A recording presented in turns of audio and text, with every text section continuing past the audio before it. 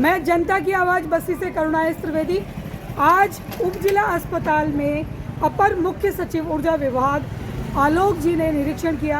उनके साथ उनकी टीम में CMHO, DCMHO और यहाँ के ADM और उप जिला अस्पताल के प्रभारी AEN, बिजली विभाग और अन्य कर्मचारी यहाँ के अधिकारी मौजूद रहे। उप जिला अस्पताल में आए दिन जो शिकायतें आती है या बिजली पानी संबंधी जो शिकायतें आती है, आज उसके निस्तारण के लिए विशेष टीम यहाँ निरीक्षण के लिए आई। आइए आपको ले चलते हैं उप जिला अस्पताल में चल रहे निरीक्षण में।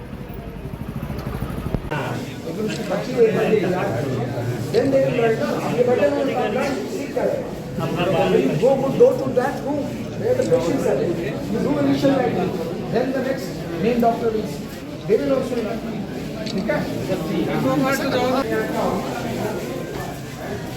इसमें एयर कंडीशनर है। What is this? Post of recovery. आप इसको जब डब्बा आपका मेडिसिन वगैरह का है, आपके पास स्टोर का कोई जगह नहीं है क्या? दिखलाओ, पाँच है ना? अच्छा, जिसको हमें वार्ड में लेना हो, भर्ती करना हो,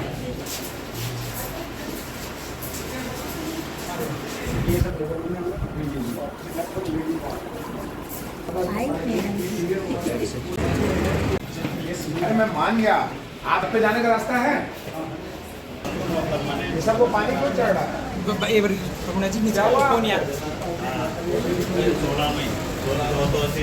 सॉरी, आपको भाई पानी क्यों चढ़ रहा है?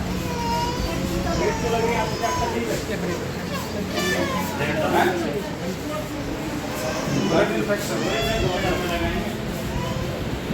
आपको क्या हुआ? आपको कब हुआ?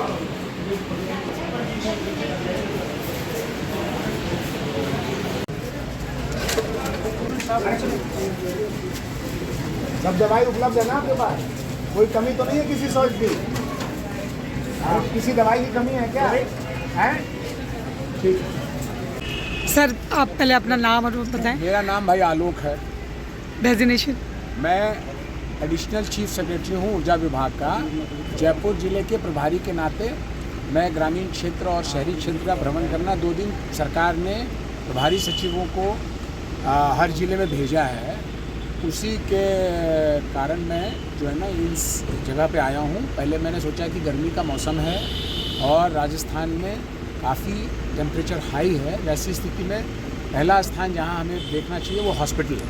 हॉस्पिटल की व्यवस्था में आप साथ ही हमने देखा और हमने CMHO साहब को कुछ निर्देश दिए हैं कि कैसे इसकी व्यवस्था को और सुधारी जाए। प्लस मैं ये इस जगह पे जहाँ हम आए हैं, जिस पे कि नया अस्पताल बनने का काम चल रहा है, इसमें भी कुछ हम सुझाव हम समझते होना चाहिए, वो हम सुझाव देंगे। और मैं समझता हूँ ये बहुत अच्छी जगह है जहाँ पे कि हॉस्पिटल बनने से बस्ती क्षेत्र के लोगों की जो परेशानियां हैं वो काफ़ी कम होंगी और इसलिए हम इस प्रोजेक्ट को कोशिश करेंगे। मैं बात करूंगा कि तीव्रता से इस प्रोजेक्ट को पूरा किया जी। एक छोटी सी समस्या बताई गई थी कि हॉस्पिटल में बिजली सप्लाई में ट्रिपिंग होती है। उसके लिए हमने यहाँ के जो बिजली के अधिकारी थे उनको निर्देश दिया है कि वो ट्रिपिंग नहीं आनी चाहिए और उसके लिए जो भी तकनीकी सुधार की आवश्यकता है वो तत्काल कर दें। उन्होंने मेरे को बताया AN साहब, आपने जैसे इन्होंने बताया कि साथ सुधार कर दिया और मैं विश्वास करता हूँ कि कोई ट्रिपिंग नहीं होनी चाहिए। फिर भी तकनीकी सिस्टम है, आप इस पर ध्यान दें। दवाइयों की मैंने देखी, दवाई की उपलब्धता है, अगर कोई कमी होगी तो उसकी पूर्ति की जाएगी। साथ में मैं चूँकि आप लोग की बात जनता तक पहुँचेगी, मैं रिक्वेस्ट करना चाहूँगा कि चूँकि गर्मी का मौसम है तो गर्मी से बचने के जो उपाय होते हैं, घरेलू उपाय सभी घर में देखिए पता होता है, पीछे से ये चला रहा है, वो घरेलू उपाय भी लें और हाइड्रेटेड रहें, मतलब पर्याप्त रूप से पानी। अगर कोई भी घर में किसी को परेशानी हो तो नींबू, चीनी, नमक मिला के पानी अगर आप पिलाते हैं तो कम से कम डिहाइड्रेशन से बचने की आवश्यकता है। बिना काम के लोगों को धूप में इधर उधर निकलने ना दिया जाए। बच्चों की स्कूल की छुट्टी है, उन्हें भी संभाल के रखा जाए, कैसा नहीं हो, क्योंकि गर्मी का ये जो हीट वेव जो चल रहा है ये कुछ 2-4 दिनों में ये टेम्परेचर जो है कम होगा। अभी देखिए हीट वेव में होता है कि रात का टेम्परेचर भी अधिक रहता है, तो एक तरह से परेशानी और बढ़ती है। अब इसमें देखो, इसमें लेकिन सरकार की संवेदनशीलता है कि उच्च अधिकारी हैं वो जाके लोगों से बात भी कर रहे हैं और व्यवस्था का जायजा भी ले रहे हैं। तो माननीय मुख्यमंत्री ने इस चीज़ पे ध्यान दिया है कि जनता की परेशानियों को दूर करने के लिए हम जनता जाएँ और सैंपल रूप से देखने से हमें बात समझ में आती है। हमारे अधिकारी भी देखे, आदमी वो भी है, सब लोगों को अपने को धूप से बचा के रखना है, चाहे वो पत्रकार हो, चाहे अधिकारी हो, चाहे वो कोई कार्मिक हो, लेकिन अपना काम भी करते रहना। अब जैसे देखिए हमने छतरी का इस्तेमाल किया, आपको भी छतरी रखना चाहिए साथ में जब आप फील्ड में जाइए। सर हम छतरी रखें तो ये काम कौन करे? मोबाइल नहीं, वो आप रख सकते हैं। सर मेरा एक सवाल है, काफी लंबे कि जब हॉस्पिटल में अपन निरीक्षण कर रहे थे उस दौरान पाया गया कि ओपीडी था, वहाँ पे जो पंखे लगे हुए थे वो बंद थे। हमने वो निर्देश दिए हैं कि पंखे ही नहीं और कूलर की व्यवस्था की जाए, क्योंकि देखो बात है पंखे से, गर्मी में पंखा क्या है ना, टेम्परेचर तो डाउन नहीं कर सकता ना, हवा को सर्कुलेट कर सकता है। तो हमने इनको निर्देश ये दिए हैं कि और कूलर की व्यवस्था की जाए, जिससे कि वहाँ का जो टेम्परेचर और हॉस्पिटल के टेम्परेचर में जो मरीज आते हैं जो काफ़ी परेशान रहते हैं उनको कम से कम सुविधा मिले। सर यहाँ पर ग्रामीण क्षेत्र में पानी बिजली की विकट समस्या है, पानी का कोई अता पता नहीं है, कभी 4 दिन में आता है, 5 दिन में आता है। आप ये आपसे रिक्वेस्ट करूँगा, क्योंकि देखिए वैसे जनरल बात करने से मैं तो एक एक चीज़ माइक्रो चीज़ों को देखने आया हूँ। मैं आपसे रिक्वेस्ट करूँगा कि जिस क्षेत्र में भी पानी की समस्या हो या बिजली की समस्या आप बताएंगे, सरकार के कर्मचारी उसका तत्काल निराकरण करेंगे। अगर निराकरण करने में मान लो सपोज करो कहीं का ट्यूबवेल की प्रॉब्लम आ रही है तो हम टैंकर सप्लाई देंगे, कहीं मान लिया हैंडपम्प में पानी बीत गया तो भी हम टैंकर सप्लाई देंगे। लेकिन किसी प्रकार की सुविधा, हाँ कॉल सेंटर्स बने हुए हैं, वहाँ पे जैसे ही फ़ोन जाएगा हम लोग कॉल सेंटर भी चेक करते हैं कि भाई कॉल सेंटर पे जो शिकायतें आ रही हैं उनका निराकरण हो रहा है कि नहीं, नंबर 1। नंबर 2, हम ये भी प्रयास करते हैं कि जिन व्यक्ति से विभाग ने उनका निराकरण किया है तो इंडिपेंडेंट व्यक्ति से हम जांच करवाते हैं। भाई उस व्यक्ति को भी फ़ोन जाता है कि भाई, सबको नहीं जाता है, जैसे मान लीजिए 100 आदमी में हम 3 आदमी को फ़ोन करके पूछते हैं कि भाई आपने कोई शिकायत की थी, उसका निराकरण हुआ।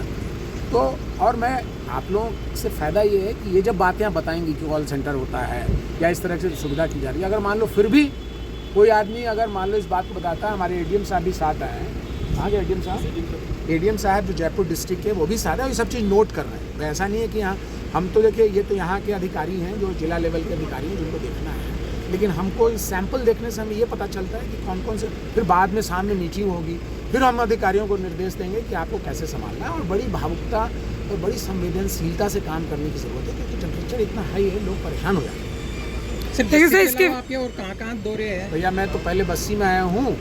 सर इसके विपरीत जनता का ये कहना है कई बार लिखित शिकायतें देने के बाद भी उनकी सुनवाई नहीं होती है। देखिए बात, आप उस बात को कि भाई मान लीजिए रामलाल के लिखित शिकायत जिसका मोबाइल नंबर इतना था, उसका अगर उसका जो सॉल्यूशन नहीं मिला है, आप सूचित अगर करेंगे तो हम रामलाल से भी बात करेंगे और रामलाल की समस्या को समाधान करने वाले जो अधिकारी हैं उनसे भी बात करेंगे।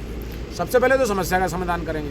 और अधिकारी मान लो हो सकता है कि जैसे 4 लोगों की समस्या में तीसरे के पास गया हुआ था, चौथे के पहुंचने में उसको, अगर वो बात सही है तो हम अधिकारी को कहेंगे ठीक है और उसको अपनी और गति से काम करें। मैं अधिकारियों को ये भी सलाह दूंगा जब सामने मीटिंग जब हो। अंतिम मेरा एक सवाल, सरकारी अस्पताल में काफ़ी लंबे समय से फार्मासिस्ट की कमी है और जनता इतनी गर्मी में काफ़ी लंबे समय तक लाइन में लगी रहती है, इससे कई बार शारीरिक रूप से परेशान होते हैं लोग। मैडम आपको बहुत बहुत धन्यवाद, ये जो आपने फार्मासिस्ट की बात बताई है, हम जाके वापस इसको देखेंगे और कोशिश करेंगे फार्मासिस्ट। इस संबंध में हमारे इन्होंने विजेंद्र जी ने लिख के भी दिया है, नर्सिंग और फार्मासिस्ट 2 बहुत ही ज्यादा प्रॉब्लम है। आप बताएं, आपने कई बार लिखित में दिया है। आप निश्चिंत रहें। हाँ देखिए अब आने अगर सब कुछ अच्छा रहता और मान लीजिए सब चीज़ सही रहता तो हम इस बात को लेके जाते कि दूसरे जगह भी ऐसा होना चाहिए जी।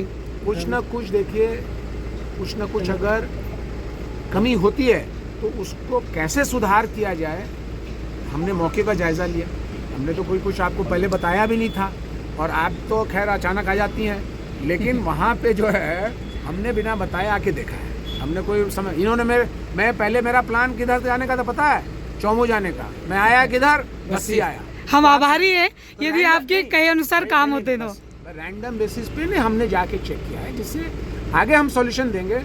और आपका फीडबैक जो होगा, जो मीडिया का फीडबैक होगा, जो कॉल सेंटर्स के फीड होंगे, उसका इस्तेमाल करके हम आगे और इम्प्रूवमेंट करेंगे। तो हम जो है ना पॉजिटिव भावना से काम करें। Thank you.